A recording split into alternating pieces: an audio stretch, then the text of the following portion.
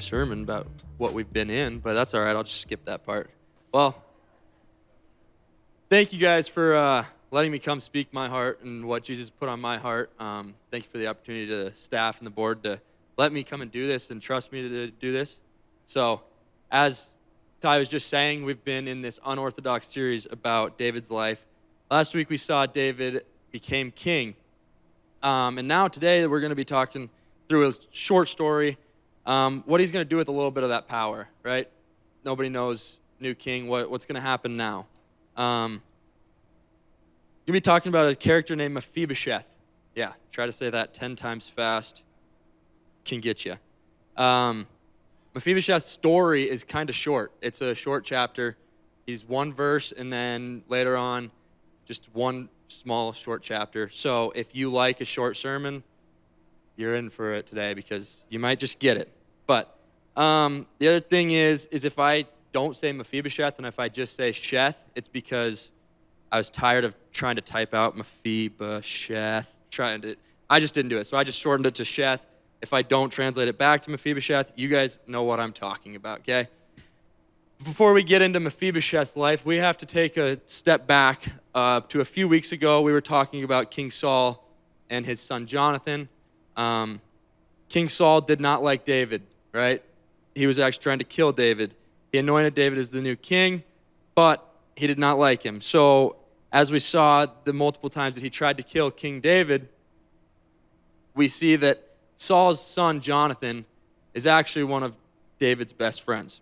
They form this covenant friendship, which is kind of strange because the son of Saul should not like David. It should make them enemies, but instead, Jonathan chooses humility and friendship over this power. They form this covenant loyalty between their families. Saul tried to kill David, and Jonathan risked his own life multiple times to save him from Jonathan's own father, okay? We see that Jonathan and Saul, not Jonathan and David, die, right? We see that a few weeks ago. And in that story should be the end there. David and Jonathan's story should end. That covenant friendship should end. But today we're going to see how it doesn't. Back in that time, when a new king was appointed, it wasn't that odd for the new king to go kill off all the old king's family in fear of rebellion and what that old king's family could come after the new king's family in jealousy. Which now brings us finally to Mephibosheth. There is a short verse in 2 Samuel chapter 4 that this is the first time we hear about Mephibosheth. It just says, Jonathan, the son of Saul, had a son who was crippled in his feet. He was 5 years old when the news about Saul and Jonathan came from Jezreel, and his nurse took him up and fled. And as she fled in her haste, he fell and became lame, and his name was Mephibosheth. Okay? That's early on in 2 Samuel. We hear about him. We know that he's crippled in both of his feet. He was dropped, wasn't his fault, and now he can't walk. The name Mephibosheth in Hebrew actually translates to shame or from the mouth of shame. So as we're going through this story, I want you to remember shame and what his name means. Coming into 2026, I asked God, take me out of my comfort zone. I don't like being comfortable all the time. I mean, I do like it, but I want to be pushed further out of my comfort zone so you can work inside me when I don't want to work, right? One thing that I suck at, and my mom can attest to, is I suck at reading. And as I was preparing this, Jesus said, just read the whole chapter. I was like, I don't know if I want to go that outside my comfort zone, but I guess if you're calling me to. So we're all going to read this together. It's 13 verses. It might take me 5 minutes. Hopefully not. But we're just going to read chapter 9, his whole kind of all we see about Mephibosheth. So here we go. And David said, is there still anyone left of the house of Saul, that I may show him kindness for Jonathan's sake? Now there was a servant of the house of Saul, whose name was Ziba, and they called him to David. And the king said to him, are you Ziba? And he said, I am your servant. And the king said, is there not still someone of the house of Saul, that I may show the kindness of God to him? Ziba said to the king, there is still a son of Jonathan. He is crippled in his feet. The king said to him, "Where is he?" And Ziba said to the king, "He is in the house of Machir and the son of Amiel at Lodabar." Then King David sent and brought him from the house of Machir, the son of Amiel at Lodabar. And Mephibosheth, the son of Jonathan, son of Saul, came to David and fell on his face and paid homage. And David said, "Mephibosheth," and he answered, "Behold, I am your servant." David said to him, "Do not fear, for I will show you kindness for the sake of your father Jonathan. And I will restore to you all the land of Saul, your father, and you shall eat at my table always." And he paid homage and said, "What is your servant that you should show regard for a dead dog such as I?"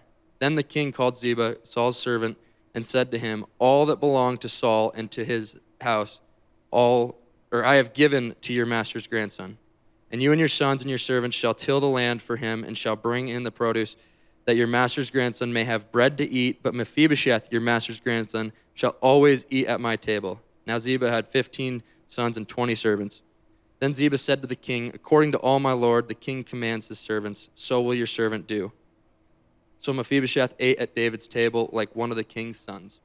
And Mephibosheth had a young son whose name was Micah, and all who lived in Ziba's house became Mephibosheth's servants. So Mephibosheth lived in Jerusalem, for he ate always at the king's table. Now he was lame in both his feet.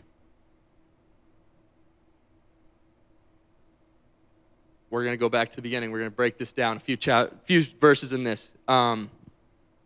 Verse 1 and 3, I really like these two.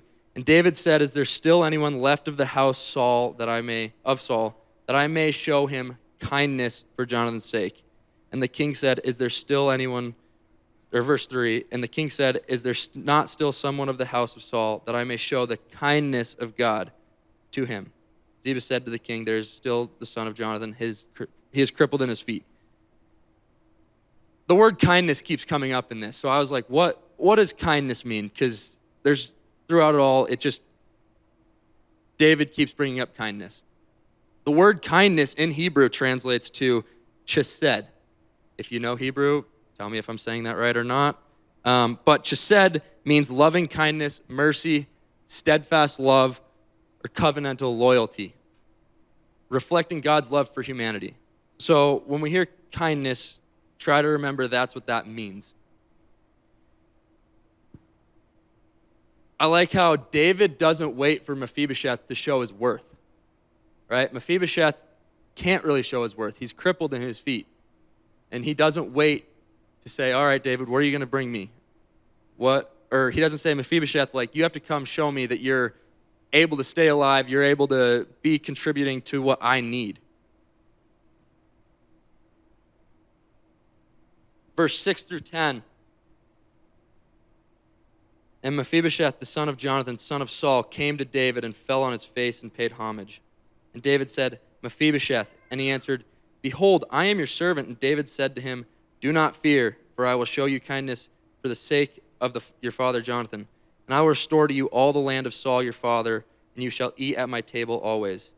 And he paid homage and said, "What is your servant that you should show regard for a dead dog such as I?"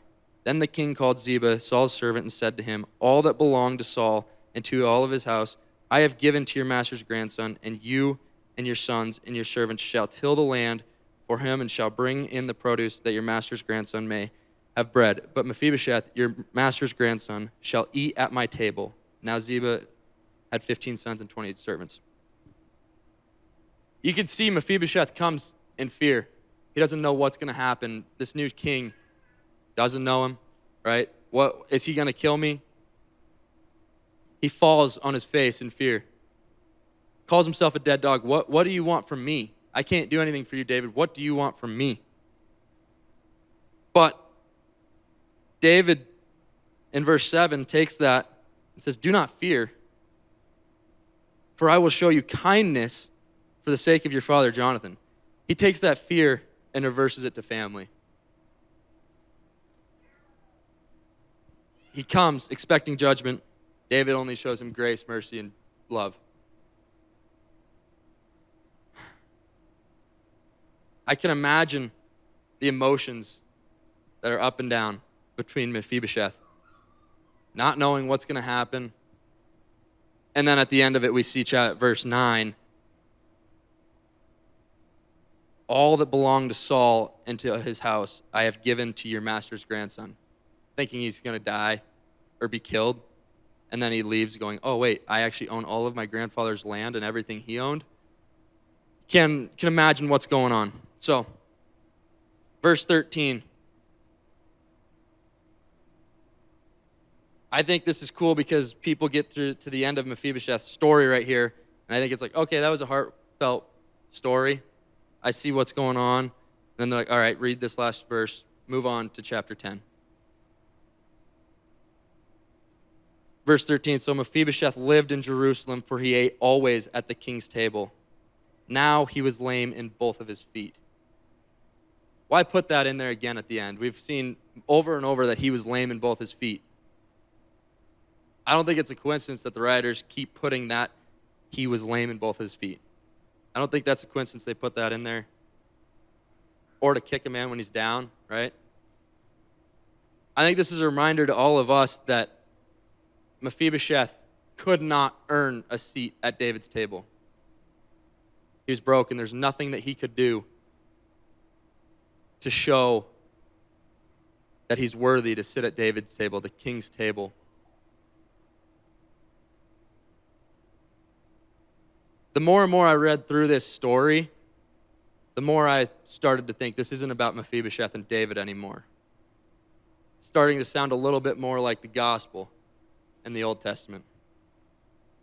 If you haven't been to church, the gospel, Jesus dying on the cross for our sins, right? There's nothing we could have done to sit at his table, but it's because of what he did 2,000 years ago for us, nailing himself to that cross, dying for our sins, and saying, no, you'll always have a seat at my table.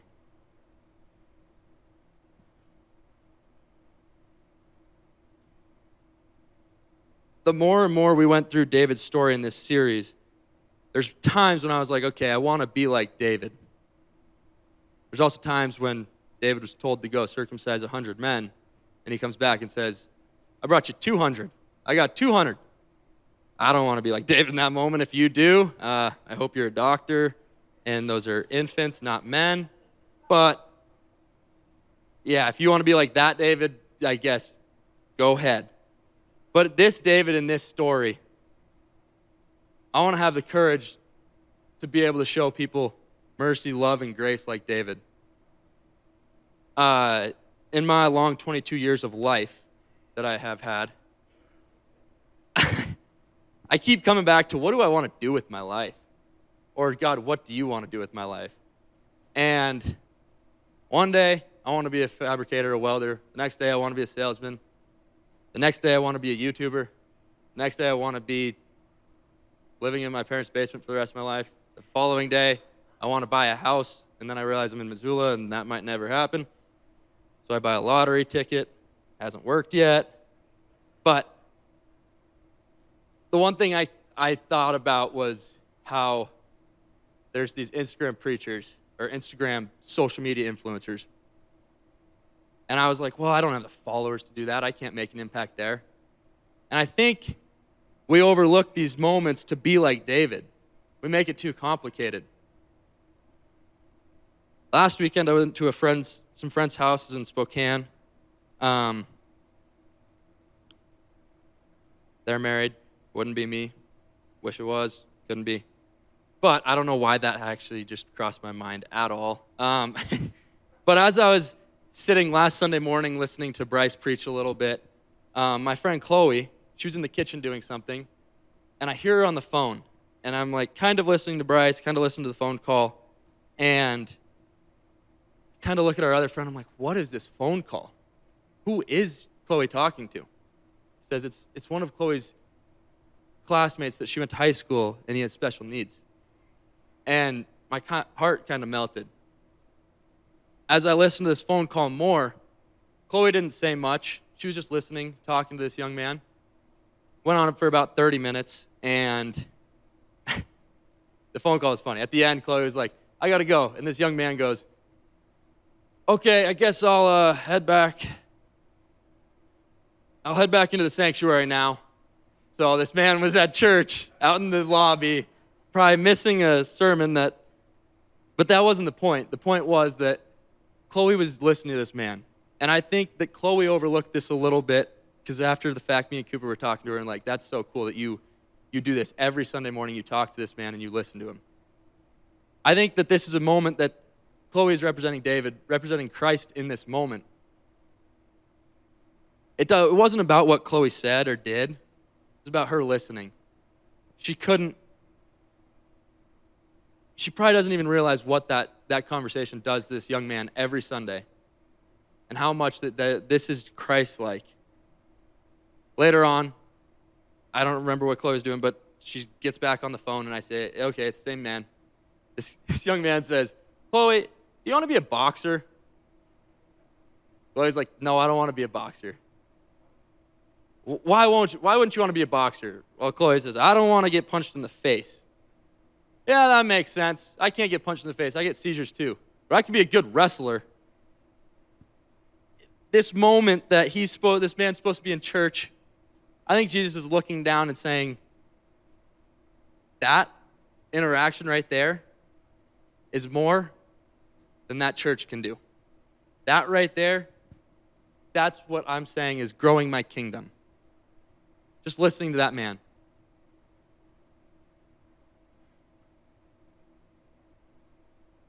I don't want to overlook the opportunities that I have like that in each day. I want to see those small opportunities where I can be Christ-like, where I don't think I'm doing anything. It's just my day-to-day life. Keep moving on. Keep pushing through. I want Christ to give me those opportunities each day. I want him to show me those that I can see and realize, okay, maybe it's not about going out and getting all the followers, going out and making this huge impact. Maybe it's what God's calling me to do in this small conversation. Maybe this person that I saw at the grocery store that I thought was having a bad day, just going up and saying hi. That right there, you don't know what that does to somebody's day. Also, I want to give myself and you guys some grace. You're probably already doing that in our day-to-day life that we don't even realize. We overlook it and see. We overlook the moment and see that right there, they got the most clear picture of Jesus by just the simplest thing we have done.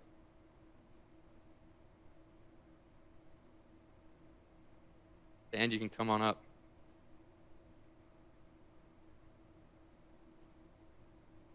I want the courage to be like David, but I also want the humility to realize that the more I try to be like David, the more I realize that I'm probably more of Mephibosheth every day. I strive to show everybody grace, mercy, love, kindness. But at the end of the day, I fall on my face at Jesus' feet saying, what do you want from a dead dog like me? What can I do for you?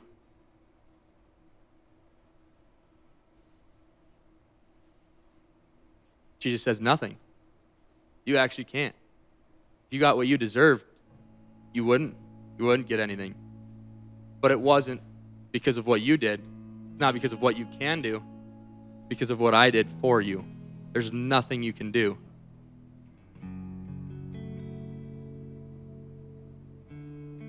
I think something that everybody overlooks is when Mephibosheth sits at David's table for the rest of his life. What do you not see? You sit at the table, you see everybody. You don't see his crippled feet anymore.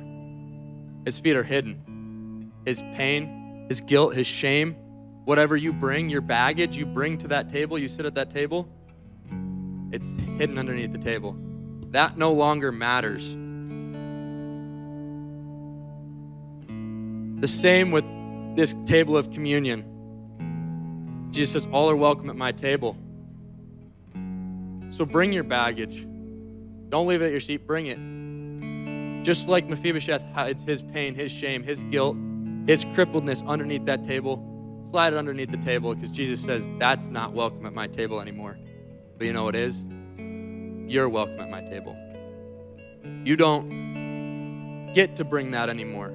Jesus said, I actually took that, I nailed that to the cross, and it was finished. It is no longer welcome here. So as you prepare yourself for communion, all are welcome at this table. Just remember, bring your baggage and leave it. Leave it at this table. Walk freely. Go out in this world. When this world can feel so crazy at times, say, I'm not going to choose the craziness. I'm going to choose to be like David. I'm going to choose mercy, love, grace.